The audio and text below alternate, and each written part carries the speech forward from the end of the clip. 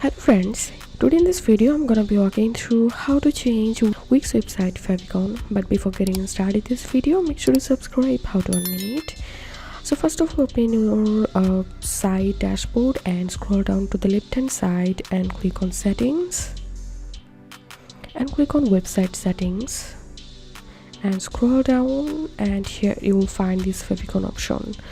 From here you can remove your Favicon by clicking here. Also you can change or update Favicon by clicking on update image, and now click on upload media, and now you can upload from Google Drive, Facebook, Instagram, Dropbox, Google Photos, or you can simply upload Favicon from your computer. And this is how we can change Favicon in Wix website.